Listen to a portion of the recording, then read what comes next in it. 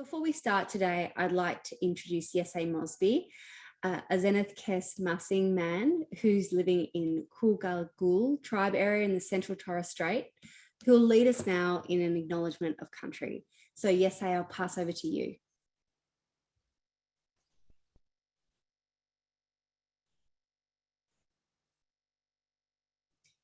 It looks like Yesay might be having a bit of trouble with his internet, so we'll just pause there and I'll come back to him. Hopefully his internet resolves. But for myself to acknowledge that I am meeting with you on Wurundjeri land and acknowledge elders past, present and emerging. Yesay, you're back. I was just doing my own acknowledgement. I'd love to hear from you to do an acknowledgement of country. Yes, thank you. Once again, Yesay, we're still having a bit of and for our elders past, present and emerging.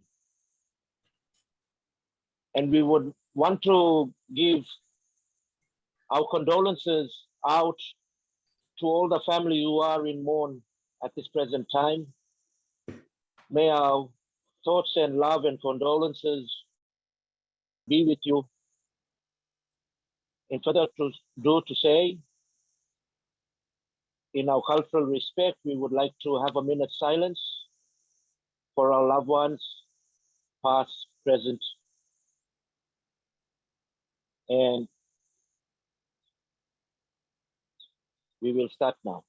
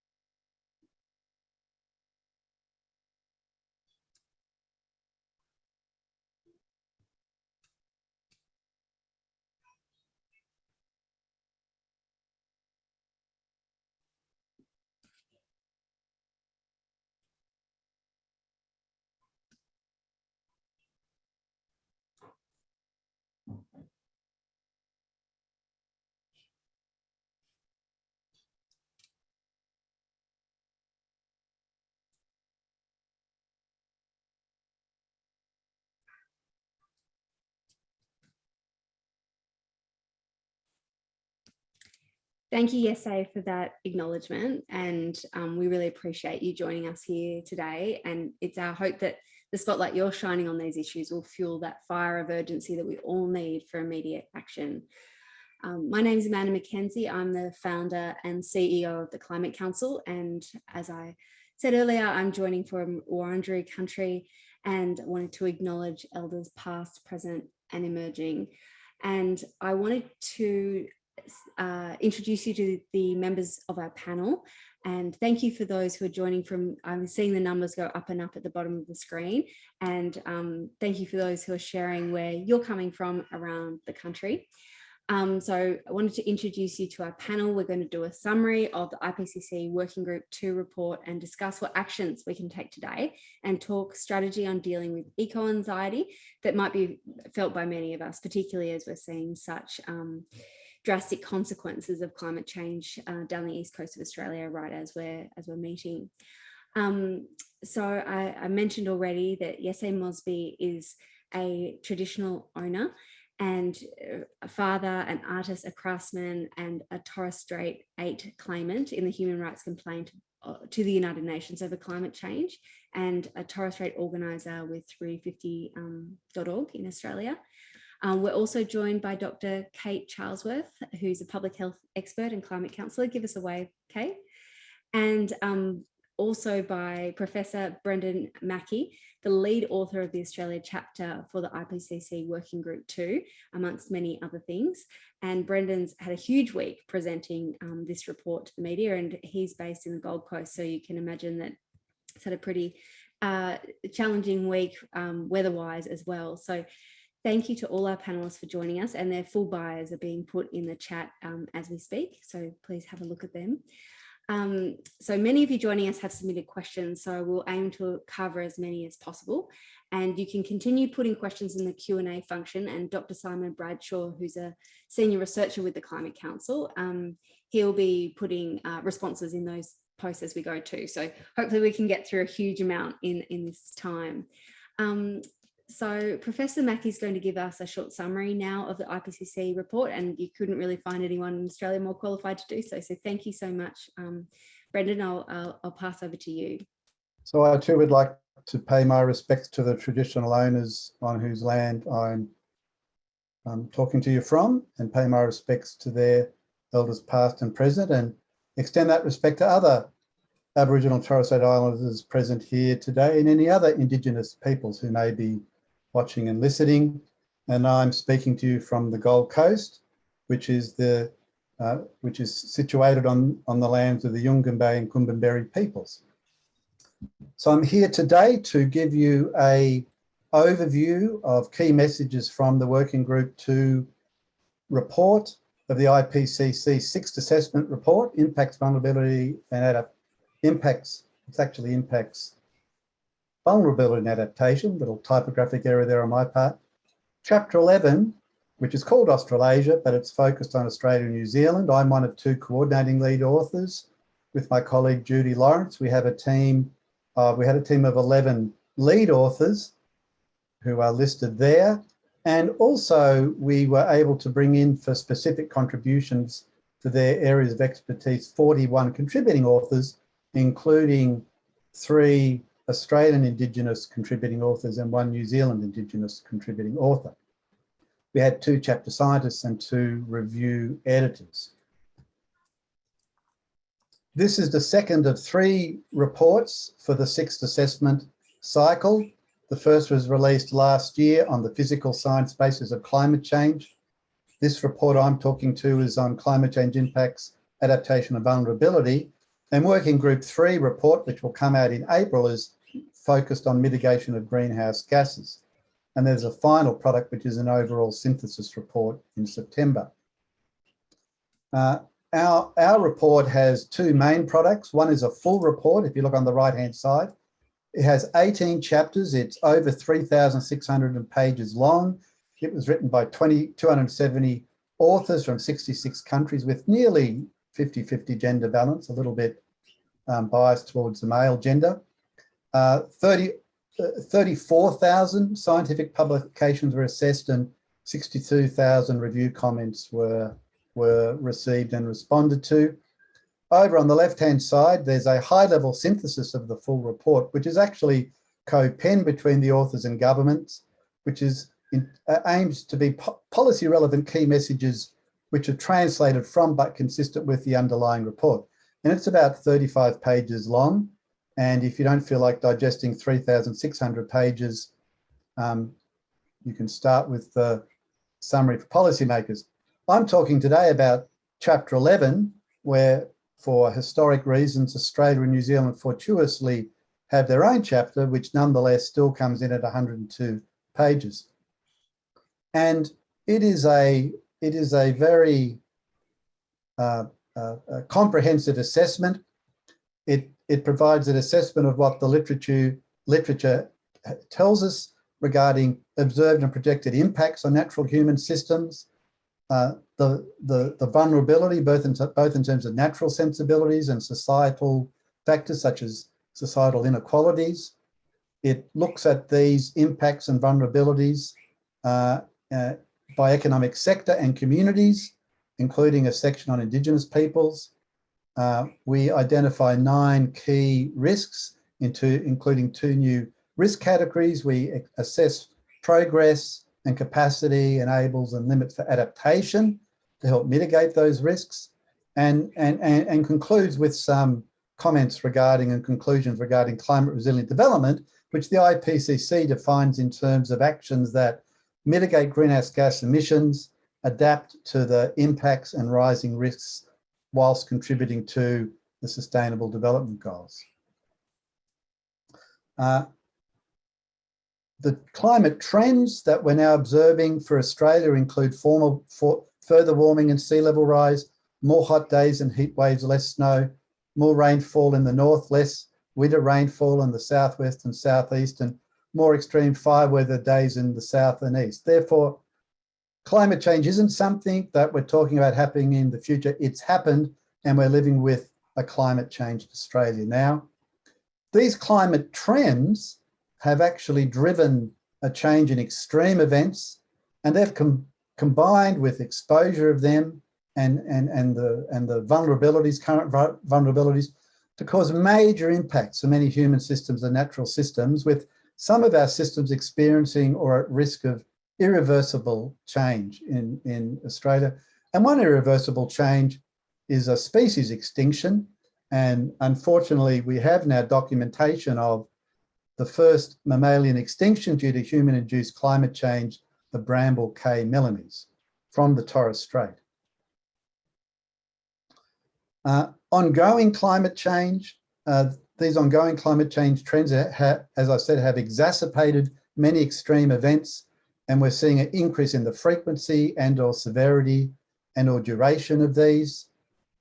These extreme events, heat waves, droughts, floods, storms and fire, have caused death and injuries, affected many households, communities and businesses via impacts on ecosystems, critical infrastructure, essential services, food production, the national economy, valued places and employment. Of course, on the left, I've got there a photo from the 2019-20 mega fires. And on the right is a photograph that an extended member of my family texted me on Monday, or us on Monday. It's him and his neighbours on their roof in Lismore. You can see the floodwater in the background there, waiting to be rescued by hopefully a tinny and an outboard motor, which did eventually happen that day. So we're seeing big changes in these extreme events, a changing flood risk. We have witnessed, particularly since the 60s, an increase in heavy rainfall events and extreme high rainfall. It's increased and it's projected to become more intense going forward. We've similarly a risk of pluvial as well as fluvial flood risk for cities, urban areas, small catchments, increased flood responses in rural areas, varying, of course, with the changes in high extreme rainfall and antecedent catchment conditions. And, you know, currently our adaptation to changing flood risks is mostly reactive and it's incremental in response to particular floods. And that's one of the things that needs to change. We need more proactive and anticipatory planning. This droughting that we're seeing in winter has reduced winter, climate change has reduced winter rainfall in southern Australia and is projected to continue to substantially reduce water resources in the basin, Murray-Darling Basin. The impact of recent droughts and projections of drier future have accelerated water reforms in the basin, but adapting the basin management to these growing climate risks is an escalating challenge. It's going to get more difficult, not less. And of course, we've got an escalating risks of wildfire and other extremes. We've seen an increase in the frequency and severity of dangerous fire weather conditions since the 1970s, and this is projected to continue to increase. And as we learned from 2019 and 2020, how easy it is to forget, the cascading impacts the wildfire had on people, economic activity, ecosystems and species. And there are some statistics down the bottom from the 2019 and 2020 wildfires. They burned up to 8.1 million hectares. 114 listed species lost half of their habitat and 50 species lost about 80%. 3,000 houses were destroyed. 33 people killed in the fire and a further 429 deaths and over 3,000 hospitalizations due to cardiovascular and respiratory conditions with billions of economic losses. So what we're seeing now is really a new kind of climate risk. We've got these extreme events, cascading impacts on people, economy, activities, ecosystems, but they're occurring very close to each other, so they're compounding and aggregating. We're getting fires, floods, droughts, and heat waves, if you like, stacking up on each other with compounding and aggregating impacts on our settlements and infrastructure, supply chains, as well as our ecosystems.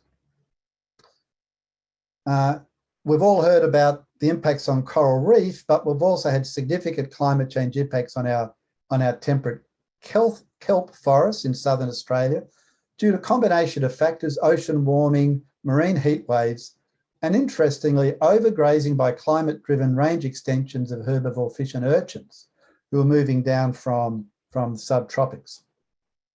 Less than 10% of giant kelp in Tasmania was remaining by 2011 due to ocean warming. Extreme marine heat waves led to a 100-kilometre range contraction of kelp forests in WA, and loss of kelp forests Australia-wide is at least 140,000 hectares. We know that the Great Barrier Reef has had 3 major coral bleaching events since 2017. The science is pretty clear that even temporarily exceeding 1.5 degrees warming will result in severe and potentially irreversible impacts to the Great Barrier Reef. Globally, bleaching conditions are projected to occur twice each decade from 2035 and annually after 2044 under high emission scenarios, but annually after 2051 under low emission scenarios. Coral reef takes about 10 years to naturally regenerate after a coral bleaching event. So this is the big problem.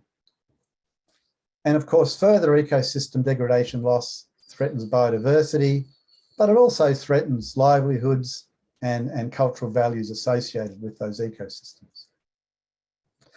So it's clear that human-influenced climate change impacts are here, they're evident, and the projected climate change is that they will continue to increase in their severity.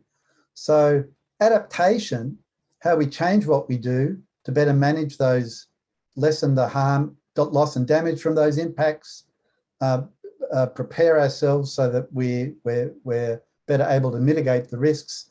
It's now a necessity, it's not optional. The good news is that progress is evident, and we document this in the report. The ambition, scope and progress of adaptation has increased across governments, non-government organisations, businesses and communities. There's a lot of what we call autonomous adaptation within economic sectors, particularly the farming and rural community. But even at a national level, we've seen national disaster risk reduction frameworks, a new national disaster and resilience agency, deployment of new national guidance and decision tools. We're seeing a lot of collaborative governance between sectors, especially at the state level around disaster resilience management, between NGOs and civil society organisations and governments. We're seeing enormous activity at the state level, policy and programs. The Queensland government has recently remapped the whole coastal hazard zone to take into account sea level rise. And we're also starting to see local governments, Shoalhaven Council's one I can point to in New South Wales, who are trying to work out how they can integrate into their strategic planning climate resilience.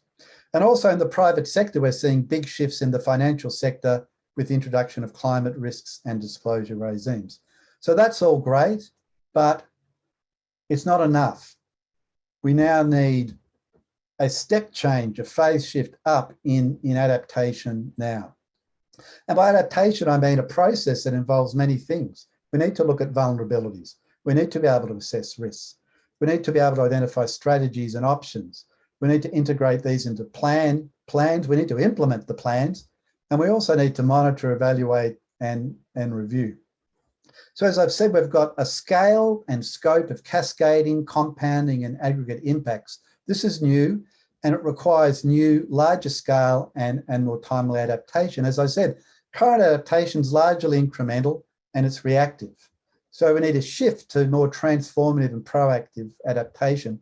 We also need to be monitoring and evaluating the effectiveness of adaptation progress and make continual adjustments because we've got shifting climatic regimes. I do recall one of our premiers this week, and I won't criticise him too harshly on this because I know he was just trying to explain to people how big this current mega flood is. You know, it was described as a 1 in 1,000 year event. We actually can't talk scientifically like that anymore because that's based upon the past climatic record, and it's no longer a predictor of what we're now facing. Past rainfall regimes are not where we are now and are not what we're going to have going forward. But, you know, the good news is if we can do this, if we can make this transition to more climate resilient development pathways, it can generate major co-benefits. It can help it can address existing social vulnerabilities, better protect and restore our ecosystems and generate regional economic benefits. I don't have much time left at all. I was asked to speak to you, I think, for 15 minutes. I've just got 2 more slides. This is a summary of the 9 key regional risks we've identified for for Australia and New Zealand. They range in the top left from physical risks to our ecosystems, in particular our coral reefs, kelp forests, our alpine biodiversity at the top. And what those they're called burning ember graphs in IPCC, and they show you the level of risk to those systems from levels of global warming, 1, 2, 3, 4, and 5.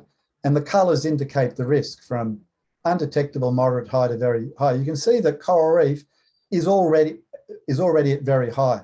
We're at 1 degree global warming. It's already at very high risk.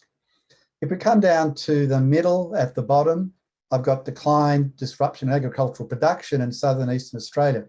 It's at a moderate level of risk, and it's got greater adaptive capacity because there's a lot we can do to adapt in the agricultural sector.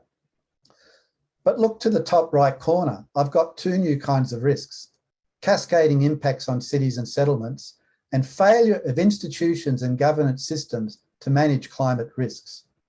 So we've kind of got 3 categories of risks. We've got risks such as risk to coral reef ecosystem integrity. They're at the tipping points of irreversible change. We've got some other risks such as risk to agricultural production with uncertain futures.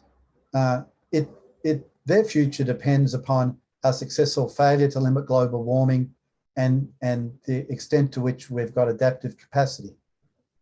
I'd suggest to you that that top right one, the risk of the failure of institutions and governance systems to manage climate risks, it's an implementation risk, and it's actually under our control, because whatever the level of global warming, there's going to be accentuated climate risks, and we're going to have to manage them properly.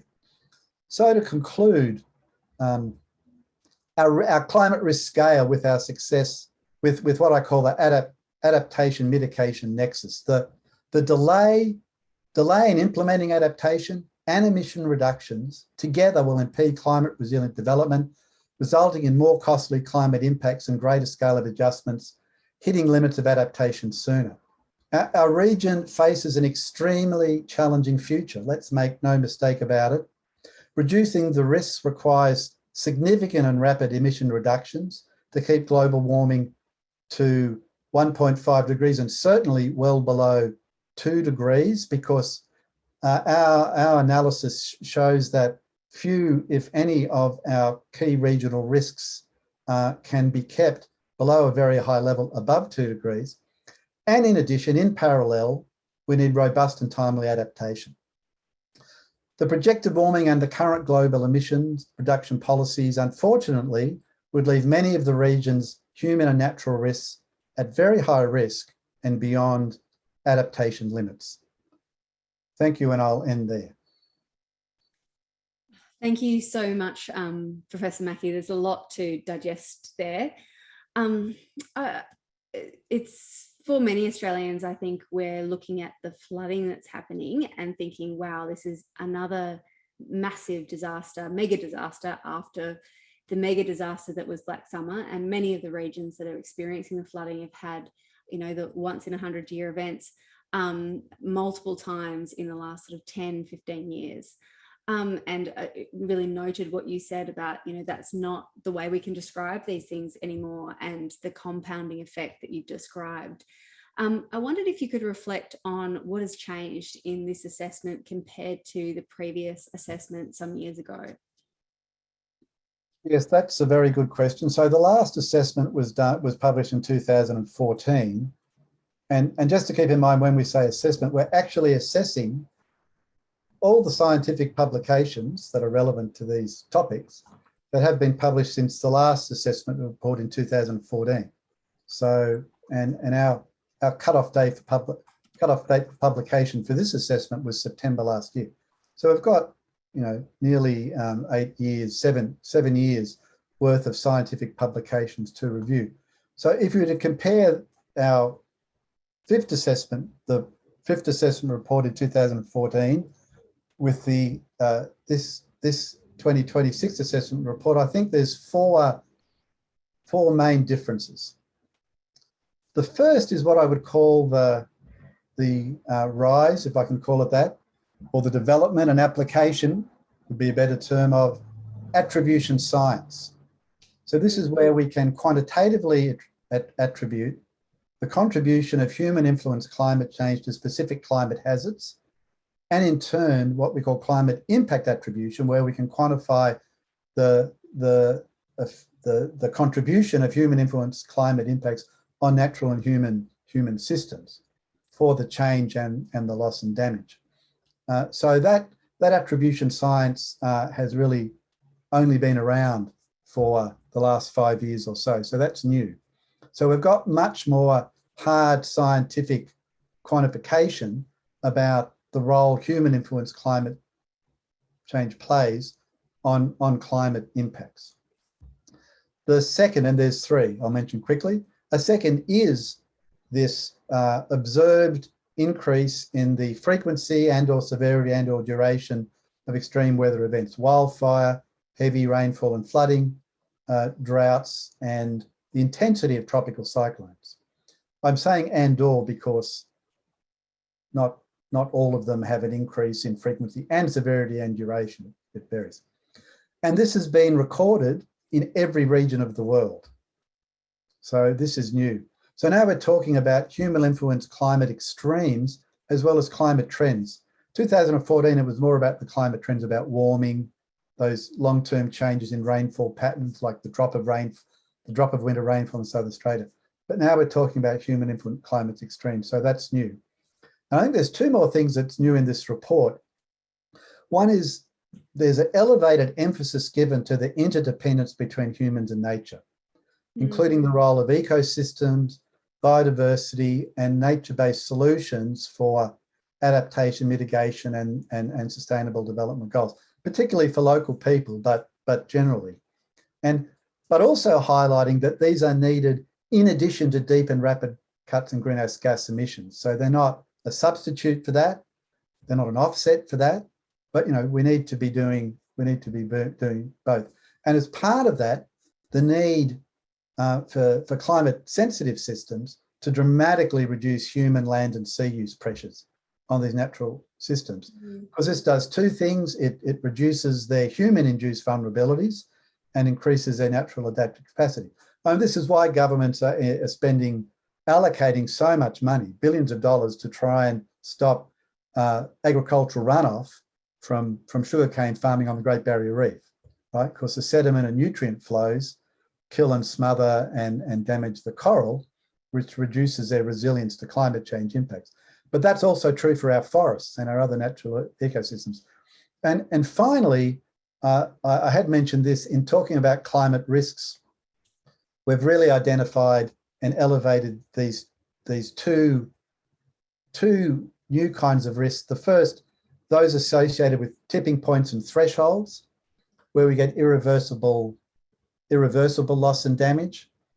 And that's politically very important because there's a lot of policy talk about, some people are technologically optimistic and are hopeful that technology that could be introduced so that even if we go over 1.5 degrees, we could have some technology which magically drew down and stored carbon forever that would bring us below 1.5 degrees. So we don't have to worry about overshoot. But the tipping point and threshold risks tell us very clearly the evidence that even if we magically only overshoot 1.5 for a matter of decades, there will be irreversible loss and damage and change. And secondly, the one I mentioned, the governance and institutional risks from cascading, compounding and aggregating risks, that we just, our capacity to manage the risks and governance in the broad sense of the term, fails us. So there are four major differences between the AR6 and AR5 assessments. Yeah, thank you. And I'm going to bring in our other speakers in a minute, but Professor Mackie, I wanted to also ask you, I think many Australians reflecting on the current flooding are thinking about, well, what does it mean to adapt? We've got a very black summer, and these events give us a terrible opportunity, I suppose, to be saying, well, what can we adapt to and what can't we adapt to? So in which of these areas, there's often that knee-jerk response of, oh, we need to build back better, we will rebuild, that sort of thing. But if extremes are going to continue to get worse and the areas that are affected will probably get more affected into the future, how do we work out when we need to retreat versus when we can adapt? Well, that's a very good question, and that the answer to that is always context related. Of course, one of the risks, the way the IPCC looks at risk, there are three risk factors. One is the climate hazard, the extreme rainfall event, flooding, the heat wave.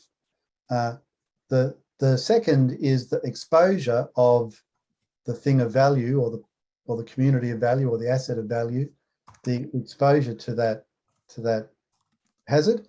And then the third is the vulnerability or sensitivity of the person or community or asset to that hazard. So one, when we talk about adaptation, we have to think about what are we trying to affect? Which of those risk factors are we targeting?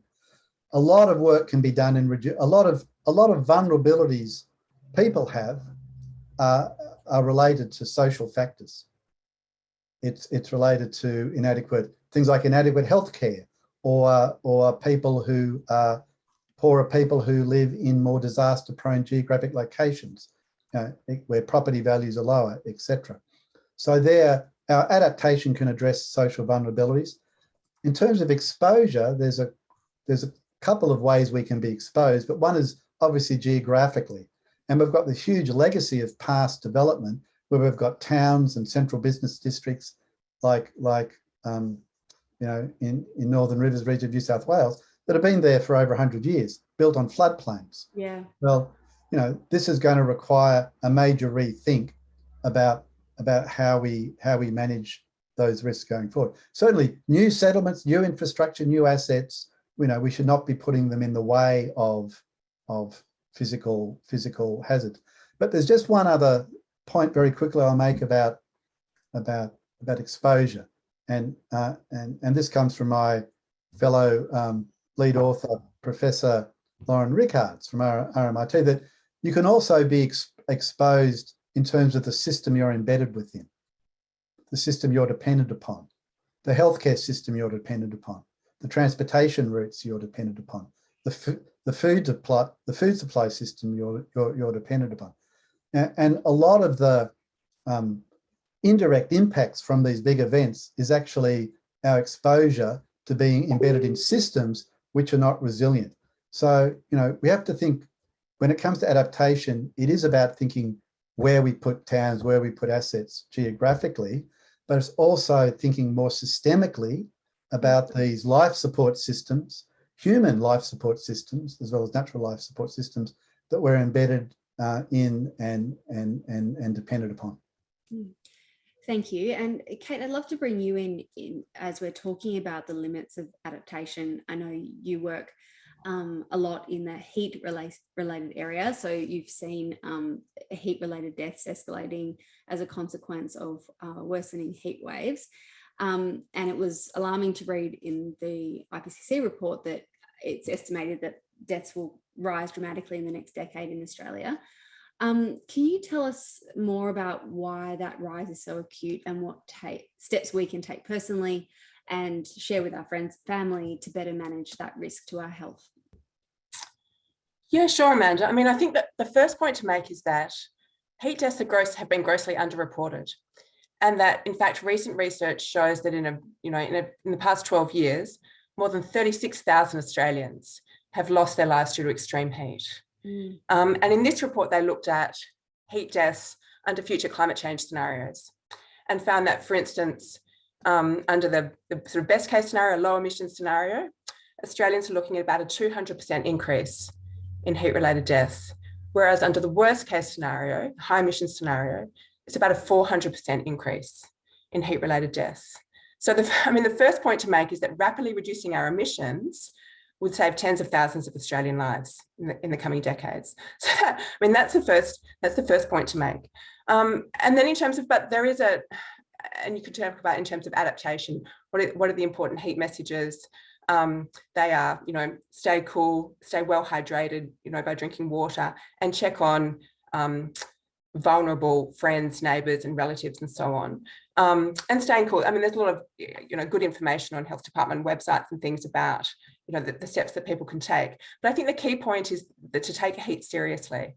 It is not just, babies and children and people with pre-existing disease and people on certain medications who are at risk, but also we see high rates of ED presentations and things among young people, young men, agricultural workers, people working outside who just underestimate the dangers of heat. Heat is our silent killer. It's killed more Australians than any other extreme weather event.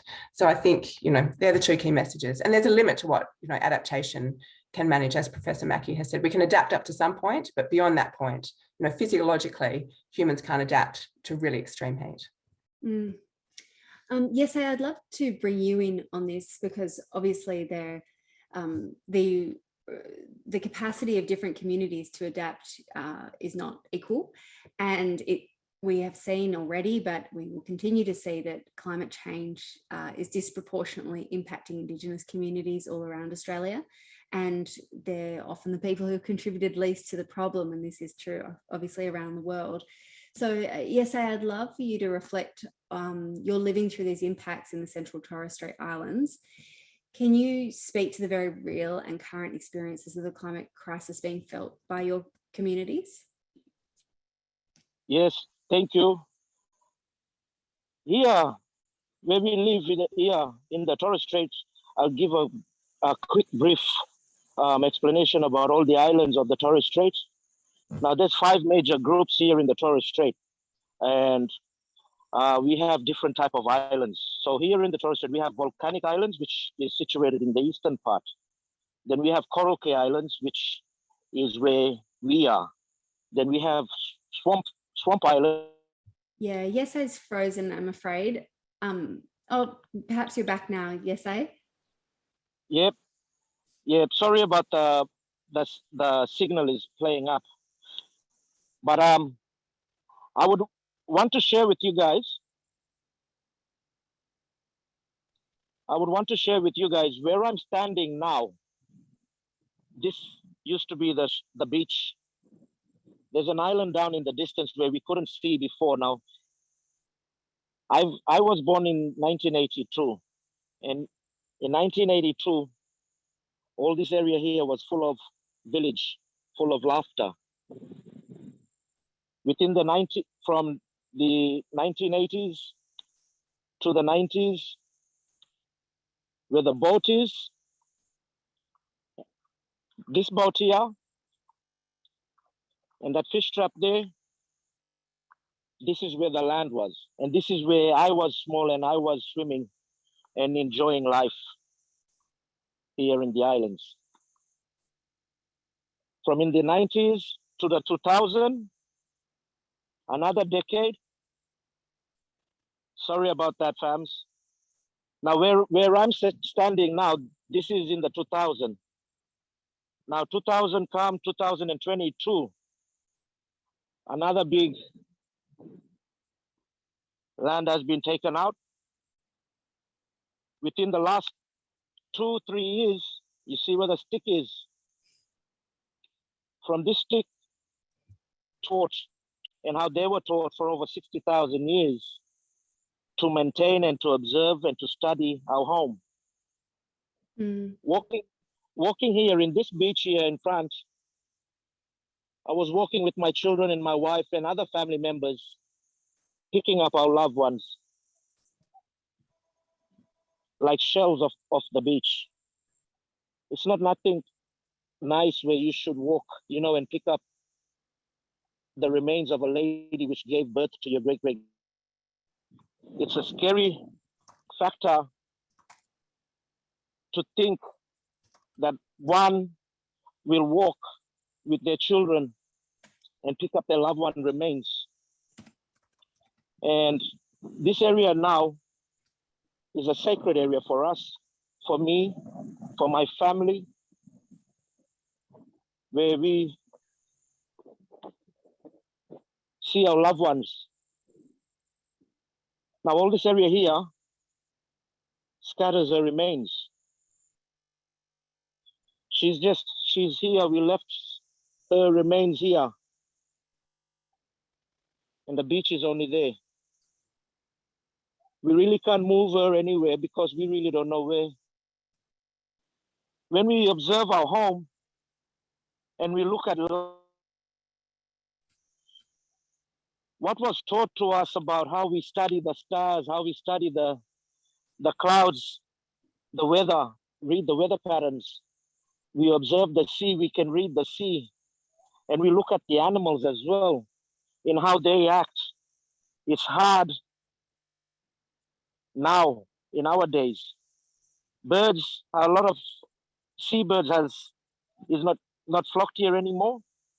We lost the pelicans, the booby birds, and some other seabirds. They do not nest here on birds where they migrate from Australia to Papua New Guinea and they come back.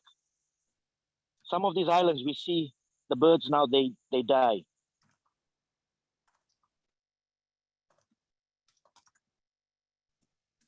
And we know that if our home here will be affected and be washed away, then it's another big disaster for the Australian wildlife, especially for the bird population, which uses and utilizes these islands as stepping stones. And as, you know, they come here and they drink water and they eat and they travel again.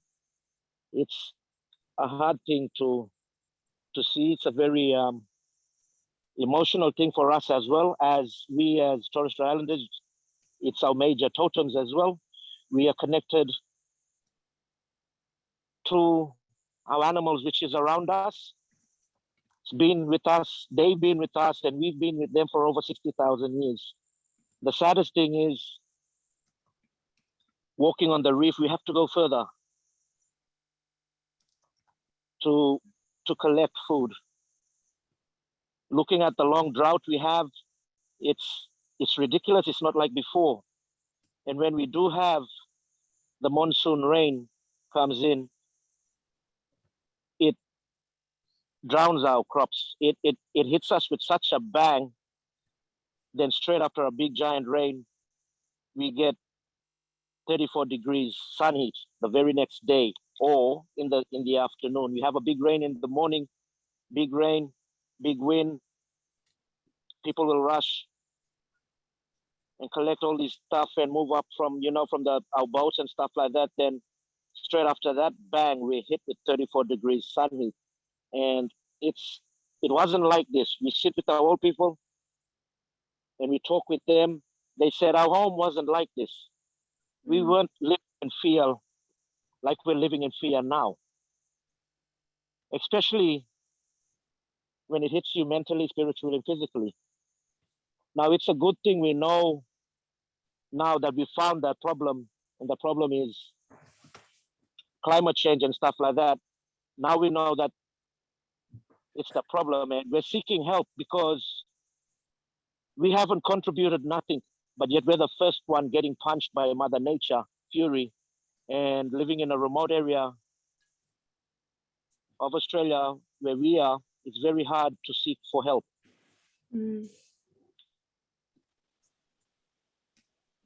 Yeah. Thank you for sharing that. Yes, it's really powerful to see you describe the change in the beach and the impact that's had on your family and and so many parts of your life, and to see you walking up the beach and the difference that climate change has been making over the period of your life. It's been really powerful to hear from you.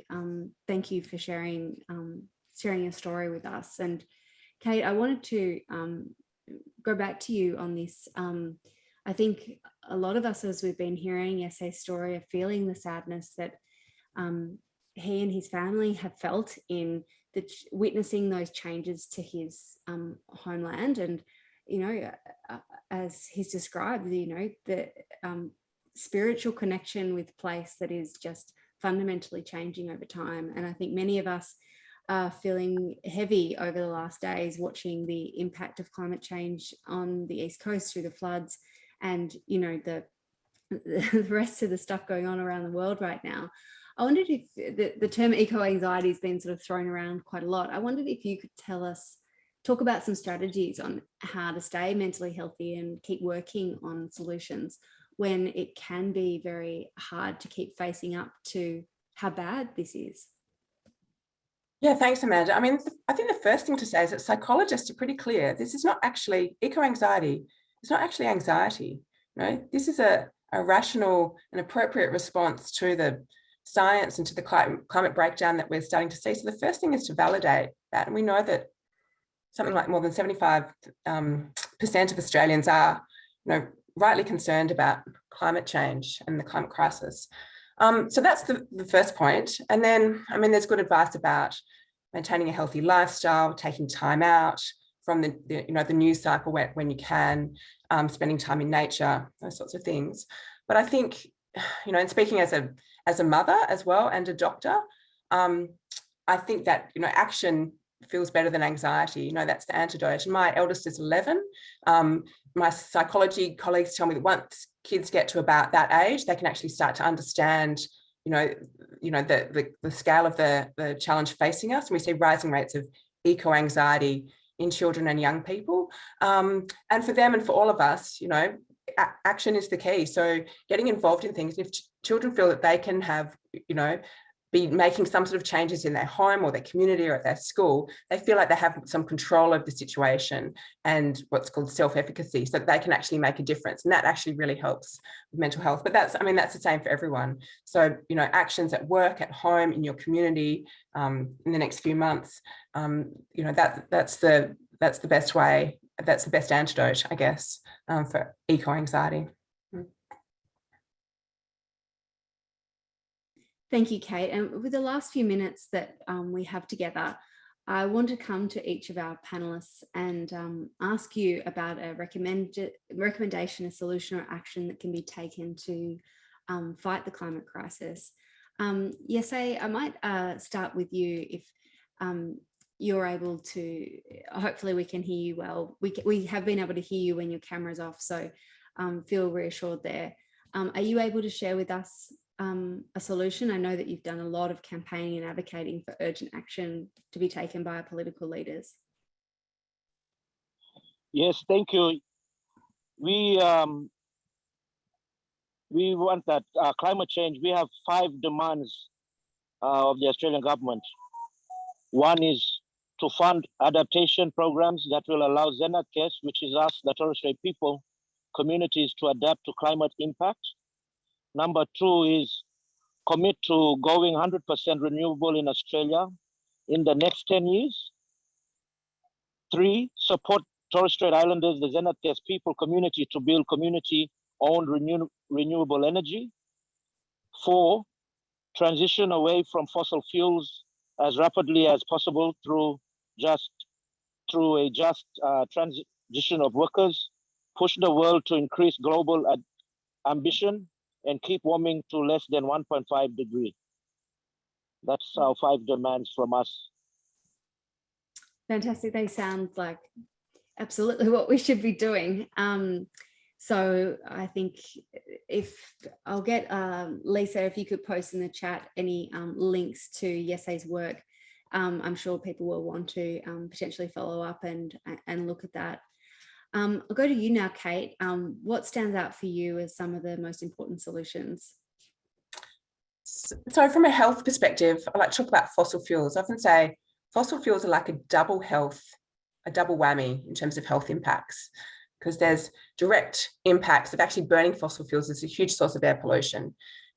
Big body of research led by Harvard University last year found that fossil fuel air pollution, so burning coal, oil and gas, is responsible for the same number of deaths globally as cigarette smoking.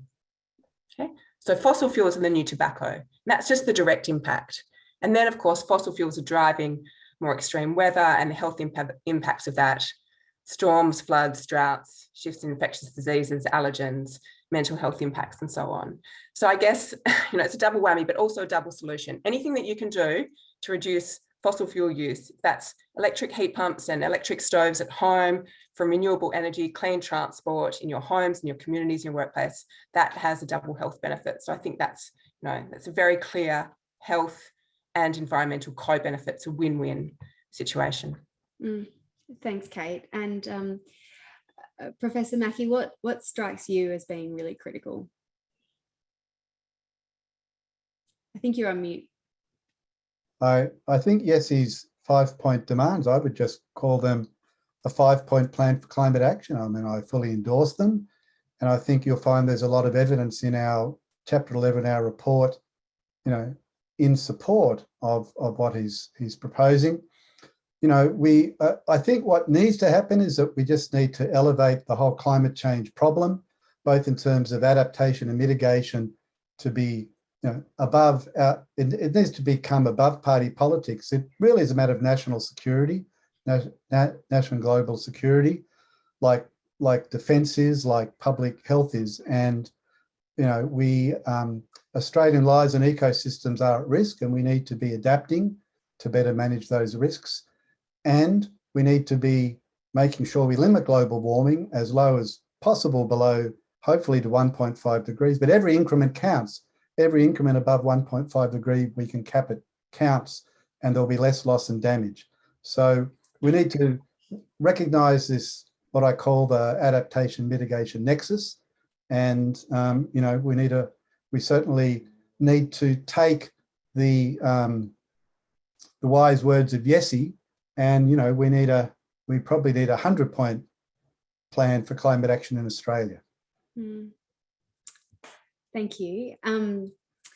And you can follow up more on the petition. Lisa's just posted that in the chat. So if you have a look there, there's you can sign it, and there'll be a range of people delivering that petition later on. There's already 40,000 signatures. So I wanted to echo Kate's comment that the best antidote to anxiety is action, and you can help fight for climate action today by becoming a member of the Climate Council and supporting the work that we do. If you're not familiar with our work, we're made up of climate scientists, health, renewable energy, policy experts.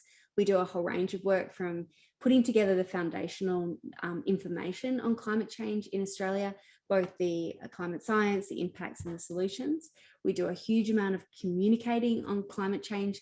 We see ourselves as having a critical role in shifting the national narrative on climate change, which is sort of the operating environment for politicians.